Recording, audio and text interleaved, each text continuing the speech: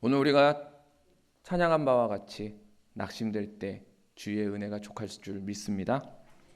오늘 본문 말씀을 통해서 낙심이 찾아올 때라는 제목으로 은혜를 나누고자 합니다. 사랑하는 성도 여러분, 지금까지 살면서 나는 단 한 번도 실망해보거나 낙심해본 적 없다 라는 분 계십니까? 아마 여기에 있는 우리 어린아이들도 한 번 이상은 있을 겁니다.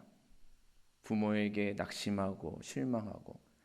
아마 살면서 단 한 번도 낙심해 본 적 없는 성도들은 아마도 없을 겁니다. 우리는 살면서 낙심의 순간들을 수시로 맞닥뜨립니다. 믿음으로 살려고 하지만 예상하지 못한 상황 앞에서 마음이 무너질 때가 많습니다. 그 중에서도 가장 우리를 힘들게 하는 낙심은 바로 기도했는데 상황이 달라지지 않을 때입니다. 우리는 간절히 기도합니다. 병이 낫기를 위해서 기도하고, 자녀가 바르게 살고, 또 자녀의 길이 평탄하기를 위해서 기도하고, 가정과 교회와 때로는 선교지를 위해서, 또 나와 혹은 타인을 위해서 우리는 눈물로 기도합니다. 그런데 현실은 우리의 기도와 다르게 흘러갈 때가 참 많습니다. 오히려 상황이 더 어려워지고 막히고 답답해질 때가 있습니다. 그럴 때 우리 마음 속에는 항상 이런 질문이 올라옵니다. 왜 응답하지 않으시지? 내 기도가 잘못됐나?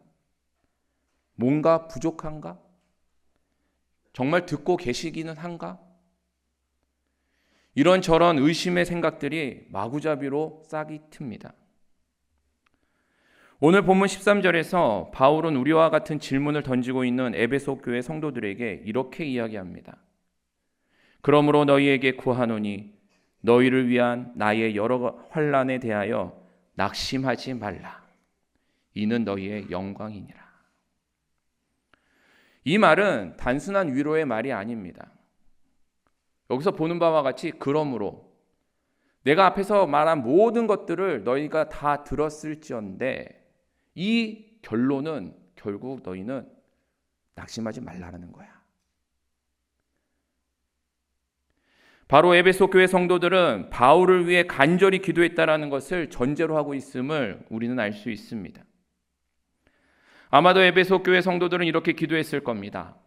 사도 바울이 환난을 당하지 않게 해주세요. 사도 바울의 복음 사역이 막히지 않게 해주세요.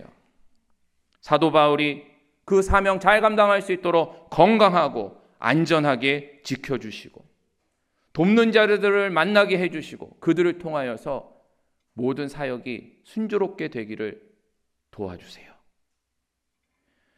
우리는 에베소 교회 성도들을 만난 적이 없지만 그들의 기도를 어렵지 않게 예상할 수 있습니다. 왜냐하면 누구라도 그렇게 기도하기 때문입니다. 에베소 교회 성도들이나 우리나 별반 다르지 않습니다. 기도할 때에 하나님의 도우심을 구하고 하나님께서 그 모든 일들 가운데에 합당한 은혜를 베풀어 주시기를 바라는 것 너무나도 당연한 겁니다. 그런데 중요한 것은 바울의 현실이 그들의 기도와는 달랐다라는 사실입니다. 바울은 감옥에 갇혀 있습니다. 지금 환난을 당하고 있습니다. 그뿐만 아닙니다. 그가 가는 곳마다 유대인들의 핍박과 모함이 끊이질 않았습니다. 그곳에서 숱한 오해와 미움을 받았습니다. 그뿐입니까? 그의 몸에는 여전히 해결되지 않은 가시가 있었습니다. 그 가시는 그를 너무나도 괴롭혔고 힘들게 했습니다. 성도들의 기도하는 정반대의 상황이 계속 그에게 펼쳐지고 있었던 것입니다. 이런 소식을 들을 때 에베소 교회의 성도들의 마음은 어떠했을까요? 당연히 마음에 낙심이 찾아왔을 겁니다. 이번 일이 잘 되어서 무사히 지나가게 됐습니다. 나의 몸의 가시가 점점 나아지고 있습니다. 가는 곳마다 하나님의 은혜 가운데에 많은 사람들이 구원을 받고 영접했습니다. 이런 소식이 들려오면 너무 좋겠는데 바울에게서 들을 수 있는 소식은 그런 소식보다는 유대인들 때문에 또 도망가야 했고 또 억울하게 붙잡혀야 했고 매를 맞아야 했고 그렇게 끊임없이 고난을 당해야 했다라는 이야기를 들을 때마다 그들의 마음은 낙심이 찾아왔을 겁니다. 그들도 우리처럼 선교를 위해, 교회를 위해, 성도들을 위해서 날마다 기도하지만 이렇게 낙심될 때마다 도대체 어떻게 기도해야 할까? 무엇을 위해서 기도해야 할지 그들의 기도 제목을 붙들고 기도하면서 혹시 응답이 안 되면 어쩌나 걱정과 염려로 기도하며 실망감과 무기력함을 안고 있었을지도 모릅니다. 이렇게 기도하는 것이 무의미하게 느껴지고 하나님이 침묵하시는 것처럼 여겨질 때 바로 바울은 그들에게 이렇게 권면하고 있습니다. 낙심하지 말라. 그리고 그들에게 말하기를 오히려 이것이 너희의 영광이다 라고 말하고 있습니다. 오늘 본문 말씀은 교회가 기도하면서도 낙심될 때, 성도들이 기도하면서도 낙심이 찾아올 때 어떻게 해야 하는지 세 가지로 가르쳐주고 있습니다. 이 교훈을 깨달아 낙심하지 않고 끝까지 기도하며 주의 영광을 바라보는 저와 여러분 될 수 있기를 주님의 이름으로 간절히 축원합니다. 첫 번째 교훈입니다. 기도 중 낙심될 때 하나님의 경륜을 믿어야 합니다. 1절과 2절을 제가 읽겠습니다. 이러므로 그리스도 예수의 일로 너희 이방인을 위하여 갇힌 자 된 나 바울이 말하거니와 너희를 위하여 내게 주신 하나님의 그 은혜의 경륜을 너희가 들었을 터이라. 사도 바울은 자신을 소개하고 있습니다. 여기서 중요한 것은 그는 자신의 갇힌 상태를 비극이나 실패로 표현하지 않습니다. 고난이라고도 이야기하지 않습니다. 오히려 그리스도 예수의 일, 이방인을 위하여 갇혔다라고 말합니다. 그리고 곧바로 2절에서 하나님의 은혜의 경륜에 대하여 이야기합니다. 본문에서 사용된 경륜이라는 단어는 헬라어로는 집을 관리하는 주인의 계획과 경영을 의미합니다. 따라서 해볼까요? 집을 관리하는 주인의 계획과 경영. 하나님은 집안의 모든 것을 다스리시는 주인 되십니다. 그리고 그분의 역사, 그분이 일하시는 것은 세밀한 계획 속에서 철저한 경영으로 진행된다라는 것을 나타내고 있는 말입니다. 사실 우리 삶의 주인은 하나님이십니다. 믿으십니까? 그런데 우리는 내 삶의 주인이 나라고 착각하기 때문에 내 뜻대로 되지 않으면 화가 나고 실망을 하고 낙심을 합니다. 그러나 바울은 이렇게 고백합니다.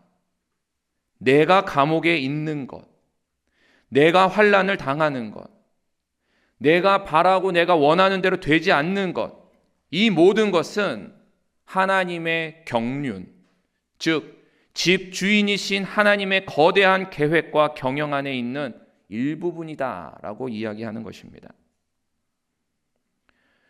에베소 교회 성도들은 바울의 석방이 하나님의 뜻이라고 믿었을 수도 있습니다. 하나님의 경륜은 그렇지 않습니다. 바울의 투옥을 통해 로마의 심장부에 복음을 심는 것이었음을 우리는 깨달아야 합니다. 성도 여러분, 혹시 오늘 당하는 환난이 이해가 되지 않으십니까? 기도가 거절당한 것 같아서 당황스럽고 원망스러우십니까? 그때 우리는 나의 경륜을 내려놓고 하나님의 경륜을 신뢰해야 할 줄 믿습니다.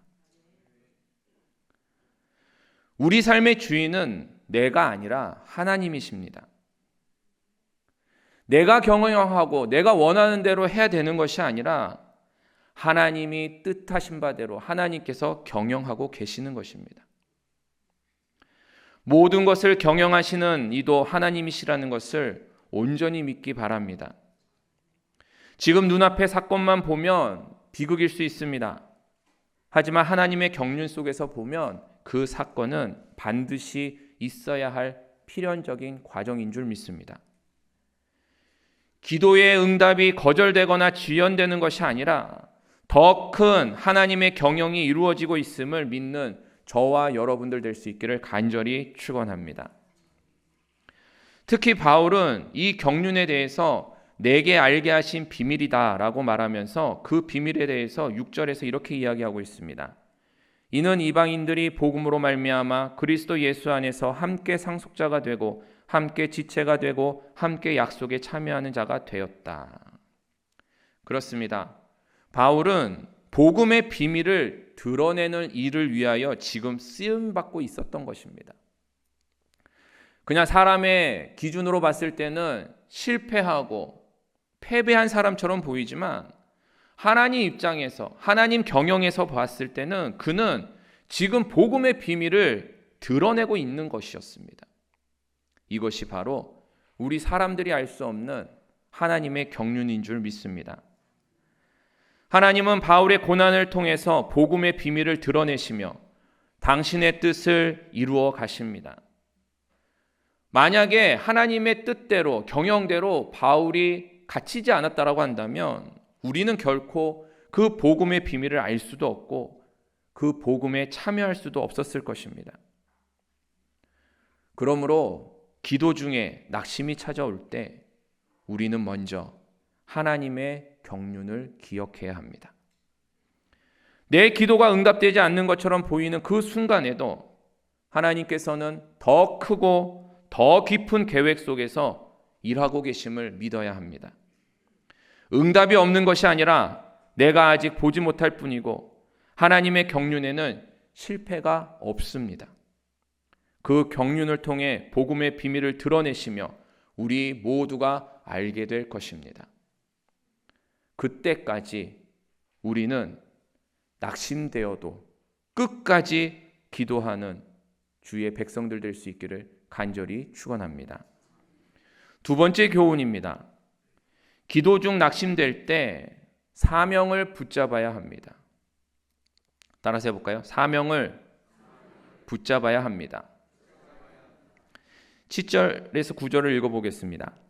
이 복음을 위하여 그의 능력이 역사하시는 대로 내게 주신 하나님의 은혜의 선물을 따라 내가 일꾼이 되었노라. 모든 성도 중에 지극히 작은 자보다 더 작은 나에게 이 은혜를 주신 것은 측량할 수 없는 그리스도의 풍성함을 이방인에게 전하게 하시고 영원부터 만물을 창조하신 하나님 속에 감추었던 비밀의 경륜이 어떠한 것을 드러나게 하려 하심이라. 아멘. 7절에서 보면은 바울은 내가 일꾼이 되었다라고 고백합니다. 그는 자신이 받은 사도직에 대하여서 일꾼이라고 표현하고 있습니다. 일꾼이 어떤 사람입니까? 주인의 뜻대로 일하는 사람입니다. 주인의 뜻을 위해서 봉사하는 사람입니다. 자기 뜻은 들어가지 않습니다. 그래서 그는 하나님의 경륜에 대하여 의심하지 않습니다. 오히려 바울은 일꾼의 마음으로 자신에게 주어진 역할에 대하여서 8절과 9절에서 이렇게 이야기합니다. 바울이 받은 일꾼의 역할, 즉 사명은 두 가지인데 하나는 이방인에게 그리스도의 풍성함을 전하는 것, 복음을 전하는 겁니다. 다른 하나는 감추어졌던 하나님의 경륜을 드러내는 것, 이건 역시 복음을 전하는 것입니다. 즉 바울의 사명은 복음을 전하는 것에 있었습니다. 그는 일꾼으로서 사명을 이루는 과정은 하나님의 경륜이기 때문에 하나님께 모든 것을 맡겼습니다. 그 사명을 이루어 가시는 과정이 내게 부당하든 내게 고난이 되든 내게 아픔이 되든 그것은 중요하지 않았습니다. 그래서 그가 감옥에 갇히든 매를 맞든 파선을 당하든 오직 하나님께서 주신 사명만을 붙들 수 있었습니다. 그것 때문에 낙심하며 좌절하며 원망하며 그 자리에 주저앉아서 왜 하나님 나에게 이런 고난을 주시냐고, 기도를 응답하지 않으냐 하시냐고 그렇게 머물러 있지 않았습니다. 어떤 상황에서든지 집주인 되신 주님께서 경영하시는 대로 그는 순종하고 그 자리에서 복음을 전하는 사명에만 집중하였던 것입니다. 이처럼 사명이 분명한 사람은 환경이 흔들려도 그의 믿음은 절대로 흔들리지 않습니다. 반대로 우리가 낙심하는 이유는 사명보다 과정에 집중하기 때문에 그렇습니다. 나의 기도대로 일이 이루어져야 한다라는 생각, 내가 원하는 방식으로 응답이 와야 한다라는 기대 때문에, 그 과정 때문에 낙심하는 것입니다. 그러나 과정이 아니라 사명을 붙잡는다면, 사명만 기억한다면 과정의 어려움을 기꺼이 감당할 수 있게 됩니다. 사랑하는 성도 여러분, 과정을 보면서 낙심하지 말고 오직 우리에게 주신 사명을 바라볼 수 있기를 주님의 이름으로 간절히 축원합니다.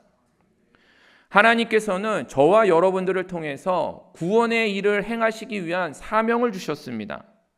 그냥 잘 먹고 잘 사는 것이 우리의 사명이 아니라 한 영혼이라도 구원에 이르게 하는 것, 그 복음을 전하고 그 하나님의 복음의 경륜을 전하는 것, 그 신비함을 전하는 것, 그것이 우리의 사명인 줄 믿습니다. 그리고 그 사명을 붙잡을 때에 우리는 낙심하지 않고 끝까지 기도할 수 있는 믿음의 백성들 될 수 있는 백성이 되는 줄 믿습니다.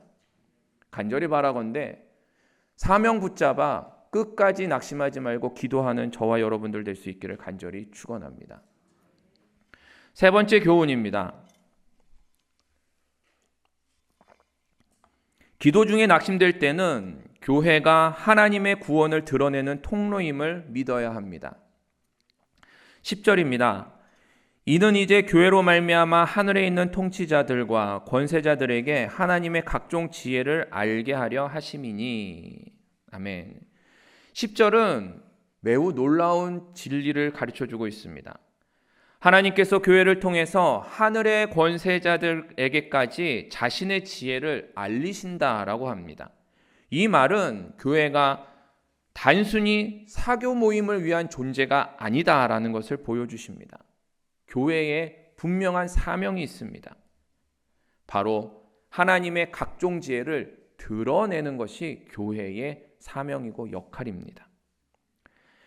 여기서 말하는 각종 지혜라는 것은 정말 복음에 담겨있는 지혜를 말합니다. 하나님의 방법입니다. 그래서 유대인과 이방인이 하나가 되는 것, 원수되었던 자들이 그리스도 안에서 사랑으로 화평케 되는 것, 낮은 자와 높은 자가 함께 예배하는 것과 같이 세상에서는 도무지 이해할 수 없는 사랑의 모습으로 하나가 되게 하시는 하나님만의 놀라운 방법을 말합니다. 그러므로 우리가 속한 교회가 연약해 보이고 우리의 기도가 미약해 보여도 낙심할 필요가 없습니다. 왜냐하면 하나님께서는 지금도 교회를 통해서 당신의 지혜를 온 우주에 드러내고 계시기 때문에 그렇습니다. 지금 나는 보잘것없고 내 기도는 힘이 없어 보여도 하나님은 나를 통해서 지금 온 우주에 하나님의 지혜를 드러내고 계시는 줄 믿으시기 바랍니다. 우리 각자가 그 통로의 일부입니다. 그렇기 때문에 우리는 낙심할 필요가 없습니다. 내가 할 것이 아니라 하나님께서 하실 것이기 때문에 그렇습니다. 결국 우리를 통해서, 우리 교회를 통해서 하나님의 지혜가 세상에 드러나게 될 줄 믿습니다. 이것을 온전히 믿고 붙잡는 저와 여러분들 될 수 있기를 간절히 바랍니다. 우리가 착각하는 게 하나 있습니다. 내가 성공할 때, 내가 잘 될 때, 내가 건강할 때, 내가 잘 살 때 하나님의 지혜가 드러나고 영광이 임할 것이라고 생각합니다. 하지만 그것은 하나님의 지혜가 아닙니다. 하나님의 방법이 아닙니다. 오히려 기도했으나 실패하고 고난당하고 핍박당할 때 그때 하나님의 지혜가 드러나고 하나님의 영광이 임하는 것입니다. 세상에 그 무엇으로도 설명할 수 없는 하나님만의 지혜, 하나님만의 방법이 드러나며 하나님께서 일하셨음이 부인될 수 없는, 부정할 수 없는 영광으로 드러나게 되는 것입니다.